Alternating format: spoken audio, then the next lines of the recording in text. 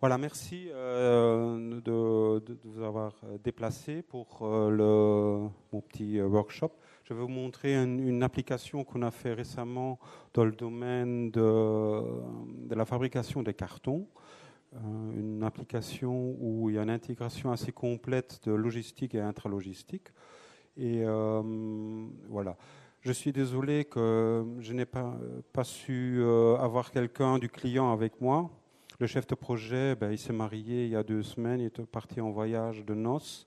Je lui ai laissé le choix de venir avec moi ou avec son épouse. Il a fait un choix, donc c'était pas moi.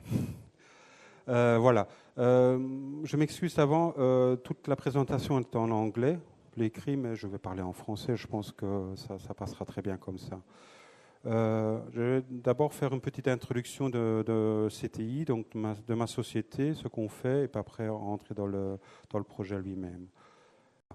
Donc CTI System, nous sommes une PME du Luxembourg, et nous sommes à peu près 200 personnes dans notre société. On est spécialisé dans tout ce qui est charge lourde, charge hors gabarit. Et nous faisons des systèmes automatisés, que ce soit de la production ou pour le stockage et de pièces charges lourdes, charges hors gabarit. Donc nos clients, nos applications sont souvent dans l'aviation. Donc on fait pas mal de choses chez Airbus, chez Boeing et d'autres fabricants d'avions, mais aussi bien aussi pour ceux qui font la maintenance des avions. On fait beaucoup dans le stockage de pièces lourdes, grande capacité, et on a aussi des applications dans la peinture de pièces lourdes, peinture automatisée. Dans notre maison, on a une application, on est, disons, sur les 200 personnes, nous sommes une centaine de personnes au bureau d'études, à peu près 60 à 70 personnes en atelier. Nous fabriquons nous-mêmes et toute la chaîne de valeur est dans notre maison. Donc, donc on sait servir complètement. Non, ça c'était le mauvais. Alors, on est situé, comme j'ai dit, au Luxembourg. Vous voyez une image de notre site. Nous avons nos propres bureaux en Asie avec des employés aux États-Unis. Et on a quelques partenaires stratégiques sur d'autres continents, notamment en Amérique du Sud, aux États-Unis, en Turquie. Donc on propose des solutions, comme j'ai déjà dit, là, pour la fabrication des avions. Vous voyez deux, trois petites applications intralogistiques ou la peinture des avions, des solutions de peinture de pièces hors gabarit, ou alors des stockages, tout type de stockage. Quelques exemples pour la fabrication des avions. Donc là, on est souvent dans du hors gabarit. Dans les lignes de production, c'est pour du stockage, transporter les choses, ou alors aussi même travailler autour des pièces dans les stations. Un très grand sujet dans l'aviation, ce sont les moteurs d'avion. C'est la pièce la plus chère de l'avion, donc il faut traiter ça avec beaucoup d'attention. Et la plupart des constructeurs de moteurs, ils font appel à nous. On travaille, donc on est certifié aussi chez Airbus. On a déjà eu pas mal d'awards, de récompenses Airbus, que ce soit on est Best Performer, on a déjà eu des awards aussi d'innovation parce que on essaie d'être toujours à la pointe des solutions, avec nos solutions. Donc la peinture des avions, donc là on accède à l'extérieur des avions avec ce qu'on appelle des téléplateformes qui permettent d'approcher l'avion sans le toucher, sans l'endommager, ou alors des docks, ou alors un autre nouveau produit qui est plutôt basé au sol pour la même application. Alors en traitement de surface, que des pièces hors gabarit, donc comme des remorques de camions, des châssis de remorques de camions en cataphorèse et en poudre, à des grandes cadences, ou alors dans les équipements équipements agriculture, des machines agricoles. On intègre toutes les étapes de processus là-dedans, que ce soit du sablage, de la poudre, du e-coating, et ainsi de suite. Quelques images pour vous donner une impression. Donc c'est chaque fois des pièces assez impressionnantes et le tout toujours d'une façon complètement automatisée. Alors le sujet qui est un petit peu plus en rapport avec la conférence ici à Saint-Malo, donc là ce sont des solutions de stockage et de transport, de manutention tout autour. On a une gamme très large de produits qu'on adapte chaque fois un petit peu aux besoins bien spécifiques du client. Voilà, des stockages en rayonnage, des stockages par empilage, des stockages au sol, des stockages en suspendu. On propose des ponts, on propose des AGV, donc des convoyeurs un petit peu de toutes sortes, des exemples et des vues un petit peu à l'intérieur d'installations qu'on a fait. Donc vous voyez là au-dessus une installation qui est plutôt remorque camion, lignée d'assemblage, très complexe, très complet aussi, à une cadence, qui fonctionne à une cadence assez importante, un petit peu en bas un stockage en cantilever pour des charges très lourdes qui sont en amont d'une usine qui fait la transformation de l'aluminium. Donc des stockages, donc comme je vous ai expliqué, par empilage pour des applications un petit peu diverses. Là, une application plutôt pipeline avec des tubes en acier, des profilés en PVC pour l'industrie des fenêtres ou des portes, des stockages pour l'industrie du bois qui font la transformation de bois. Du stockage de bobines de papier ou autres, des films adhésifs automatisés avec des transstockers assez classiques, mais en double profondeur, des choses. Donc vraiment adapté chaque fois aux besoins. Des cantilevers pour des pièces très très grandes. Là, c'est des pièces qui font 14 mètres de long et 2,50 mètres de large, pas très lourdes. Et c'est un stockage intermédiaire pour ce qu'ils appellent chez le client du work in progress. Donc c'est entre deux étapes de fabrication. La remorque de camion suspendue. Quand vous vous déplacez ici en Europe, vous avez une chance, 7 chances sur 10 d'avoir devant vous une remorque qui a été fabriquée sur une installation CTI. Voilà, des solutions plutôt des convoyeurs au sol, des AGV et des convoyeurs qui sont plutôt liés sur des rails. Donc voilà. On propose évidemment aussi toutes les softwares qui vont avec pour gérer le stockage, mais aussi les flux et faire un interfaçage direct avec les ERP supérieurs et pour vraiment avoir quelque chose de complètement automatisé. Maintenant, on va rentrer un petit peu dans le sujet du cartonnage. Donc, vous voyez donc, le client pour lequel on travaille. Il y a deux projets. Le deuxième projet est en réalisation chez Zunen. C'est un des grands fabricants de carton de Belgique. Son site principal, il est juste à la frontière française, un petit peu au nord de l'île. Et le sujet là, donc, c'est faire des cartons. Donc, ils fabriquent des boîtes qu'ils livrent à leurs clients. Et le produit de base, c'est du papier. Donc, jusque-là, ce client-là, toute la gestion du stock de papier, qui est assez grand, on parle de plusieurs milliers de rouleaux de papier qui sont stockés, et la consommation de papier, elle est assez importante aussi. Ça tourne autour de 15 à 20 bobines par heure qu'ils consomment les unités de production. Donc jusque-là, tout était fait en manuel avec des chariots élévateurs. Ils empilent sur 3 niveaux. parce qu'aller plus haut, ça devient dangereux pour le conducteur du chariot élévateur.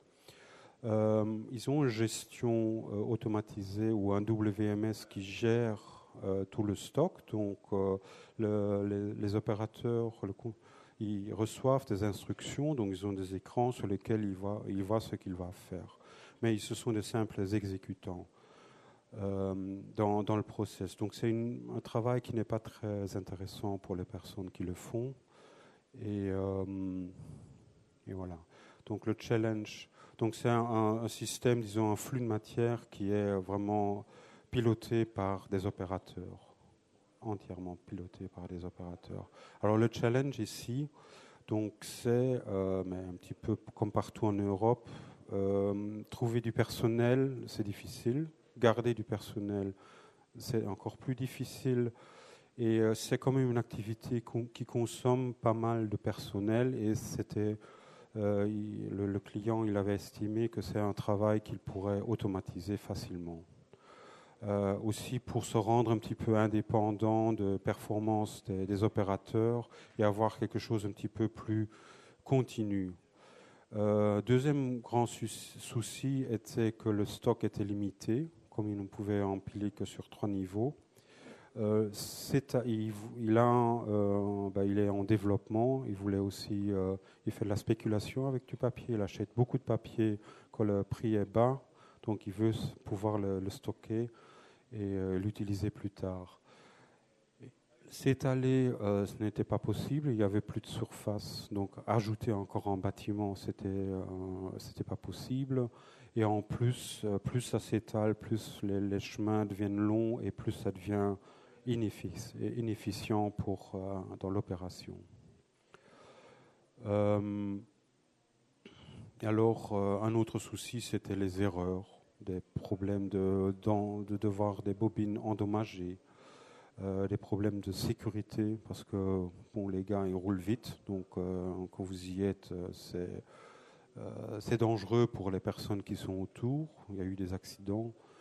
Déjà, donc, on perdait des rouleaux, des choses comme ça. Donc, aussi beaucoup de problèmes de non-qualité, de sécurité, d'erreurs.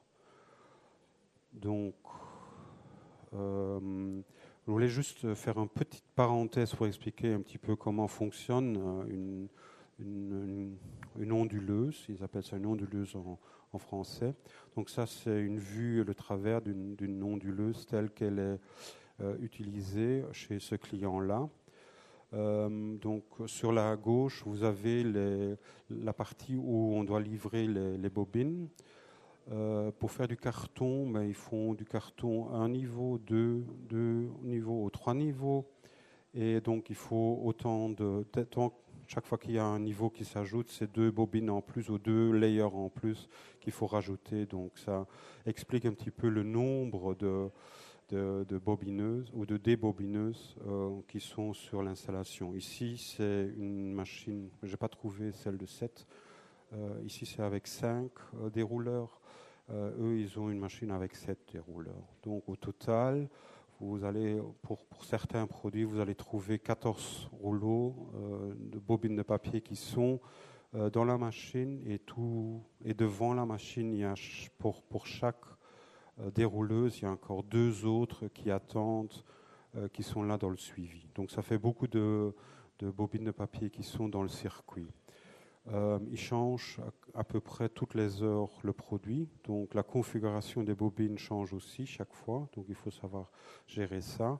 Il y a à peu près la moitié des bobines retournent entamées.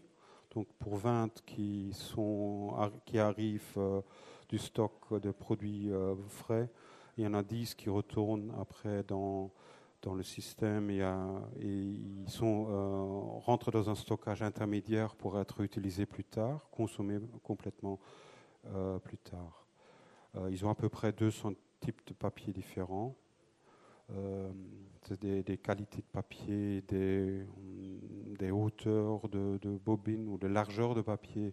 Et ils utilisent aussi du papier préprint. Donc ce sont des papiers qui sont déjà imprimés en amont et qui sont individualisés de ce sorte-là. C'est une unité qui travaille à peu près, qui travaille 24 heures sur 24, 5 à 6 jours semaine. Le flux de l'usine complète, je l'ai mis un petit peu sur papier. Donc en fait, il y a la livraison des bobines, donc il y a des camions qui arrivent, il y en a 30, 40 par jour qui arrivent sur le site. Ils essayent toujours de faire ça dans une pause, donc c'est seulement la façon préférée du client, c'est il y a un gars qui s'occupe de ça. Donc de décharger et rentrer dans le stock. Puis il y a le stock.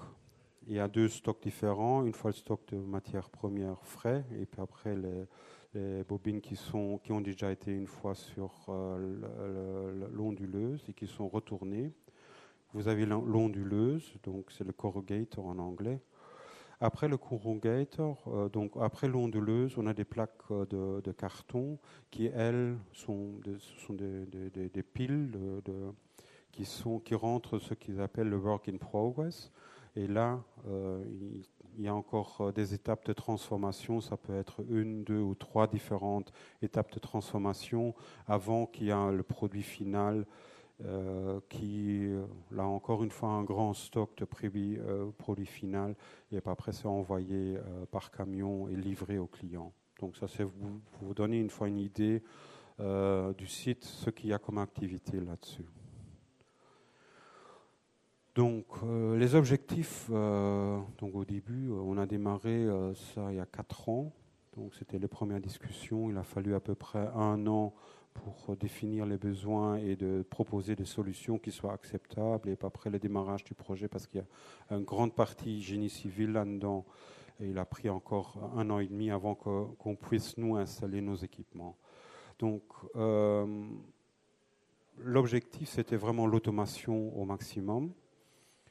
Donc une livraison automatique à l'onduleuse, donc diminuer ou réduire au minimum le besoin d'opérateurs, donc idéalement un opérateur pour toute l'activité autour des bobines de papier, avoir suffisamment de capacité pour pouvoir acheter du papier quand il est bon marché, donc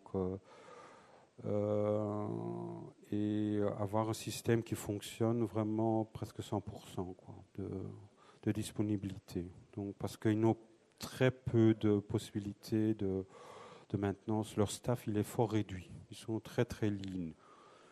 Mais garder quand même toute la flexibilité qu'ils ont aujourd'hui autour de l'onduleuse à travers le fait qu'il y a des opérateurs... Il suffit d'appeler quelqu'un et on change vite les choses, quoi. Donc, ils veulent garder ça. Donc, la maxime était quand même de l'automatisation au maximum, quoi. Donc, tout ce qui a moyen d'automatiser, de le faire. Voilà. Donc, une petite vue de ce qu'on a, donc, ce qui est sorti de l'étude. Donc ça, c'est la partie livraison camion. Donc il y a toujours 2 camions qui peuvent être déchargés en même temps parce que ça demande toujours au chauffeur minimum un quart d'heure, 20 minutes pour préparer le camion pour être prêt, pour enlever toutes les sangles et tout ça, pour ouvrir le côté. Et donc il y a un chariot élévateur, il y a 2 entrées. Sur les lignes d'entrée, mais il y a déjà un check des pièces, donc il y a une mesure de poids, mesure géométrique et lecture automatique des codes barres.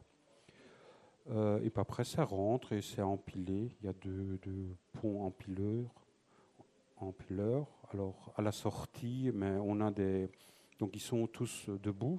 Après, dans l'onduleuse, il faut qu'ils soient couchés. Donc, à la sortie, on les couche. Et là, on a des manipulateurs qui chargent après des AGV qu'ils amènent dans les stations. Oui, il y a une vingtaine d'AGV, de petits trucs qui marchent, qui amènent et qui agissent aussi un petit peu comme stock intermédiaire entre le stockage de produits finis, de bobines et l'onduleuse. Vous voyez ici sur la gauche une petite partie en bleu, ça c'est le stockage en rack des retours, des bobines qui sont revenues du corrugate, qui sont entamées. Donc on les stocke aussi, ils sont gérés, ils sont envoyés toujours en priorité pour éviter de créer un minimum de bobines entamées dans le système. Donc, comme j'ai déjà un petit peu cité, donc, du côté entrée, on a cette partie identification et mesure. Et quand ça ne correspond pas à ce qui a été donné comme, sur la commande ou sur le bordereau d'expédition du fournisseur, mais ils sont rejetés. Donc on les sort parce qu'il n'y a rien qui rentre qu'on ne sait pas exactement ce que c'est, qu'on ne connaît pas le lot, qu'on n'ait pas les caractéristiques physiques. Donc, le convoyeur en entrée, il permet aussi de temporiser, parce qu'une fois que l'opérateur commence à décharger un camion, ça va très vite. En 5 minutes, il a tout envoyé. Donc, il a sorti 8 bobines, 9 bobines, ça va très très vite. Donc, il y a une possibilité de temporiser ça. Comme ça, lui, il peut vraiment travailler à son rythme, parce que parfois, il y a l'une ou l'autre petite tâche administrative à faire. Il peut faire ses pauses et faire aussi rentrer les camions suivants. Donc le stockage lui-même, le grand stockage lui-même, il travaille à une hauteur de 14 mètres. Donc vous savez mettre 5 bobines de 2800. Donc c'est un standard. Donc ça c'est la dimension maximum de l'onduleuse qu'elle sait supporter. Et puis c'est opéré avec 2 ponts. Et il y a une capacité d'à peu près 12 000 bobines. Donc ça fait beaucoup. C'est beaucoup. Puis, comme j'ai expliqué, donc la livraison des bobines à l'onduleuse, c'est avec des convoyeurs au sol, des manipulateurs, des AGV. Donc, c'est une combinaison de plusieurs technologies, de plusieurs équipements. Et donc, on a le stock pour les bobines entamées. On a une capacité de 200 bobines qu'on sait mettre là-dedans. Et on veille vraiment à ce que ça sort automatiquement. Donc aujourd'hui, la nouvelle usine qui a été construite avec ce système-là, il n'y a plus qu'un seul, un seul chariot évélateur qui travaille, seulement une pause. Donc tout le système fonctionne avec une personne qui s'occupe encore de la partie bobine papier. Une petite image, ce que ça donne en réalité. On a eu la chance un jour que les lumières ne fonctionnaient pas complètement sur le site, donc ça donne une belle image. C'était pas pratique pour travailler, mais ça donne une belle image. Et une vision ici dans le stock des bobines entamées, donc avec un transstockeur qui sert ça et qui est adapté un petit peu, qui lui est sur 2 rails, parce qu'on n'avait pas de possibilité de se fixer au-dessus.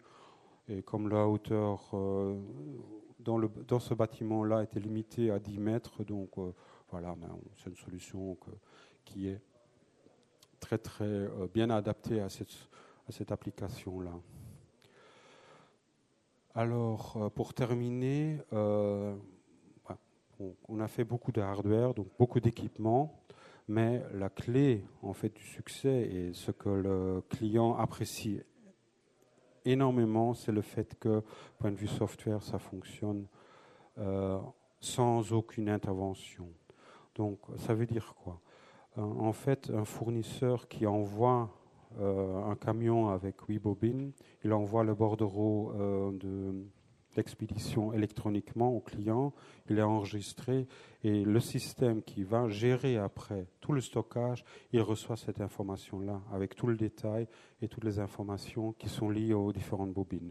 Le camion, il arrive, c'est peu importe la séquence, c'est peu importe quand il arrive, il est déchargé, l'opérateur ne doit rien faire, donc il prend juste la bobine, les bobines, les décharge sur les l'INFIT et une fois qu'on identifie la première bobine d'un lot de livraison, d'un bordereau, on sait exactement, voilà, c'est ce camion-là et on attend 8 bobines et on va les compter.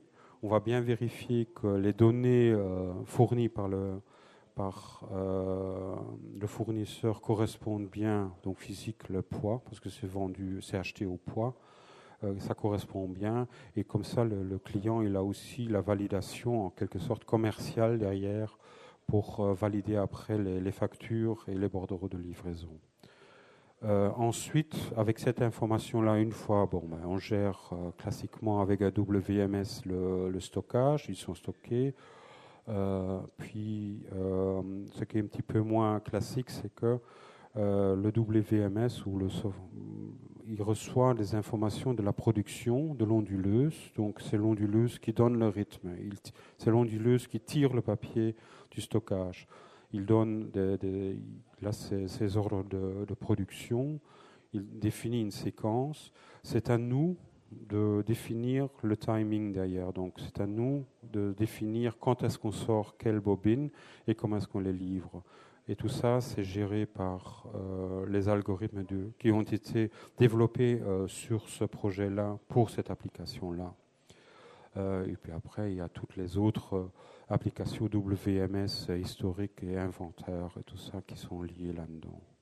Donc il n'y a aucune intervention humaine dans toute la gestion des informations entre le moment où une livraison quitte le fournisseur jusqu'à la livraison et l'utilisation par l'onduleuse. Et voilà, donc ça termine un petit peu ce que je voulais vous présenter aujourd'hui comme une réalisation récente. Et voilà, si vous avez des questions, c'est le moment. Merci pour votre attention.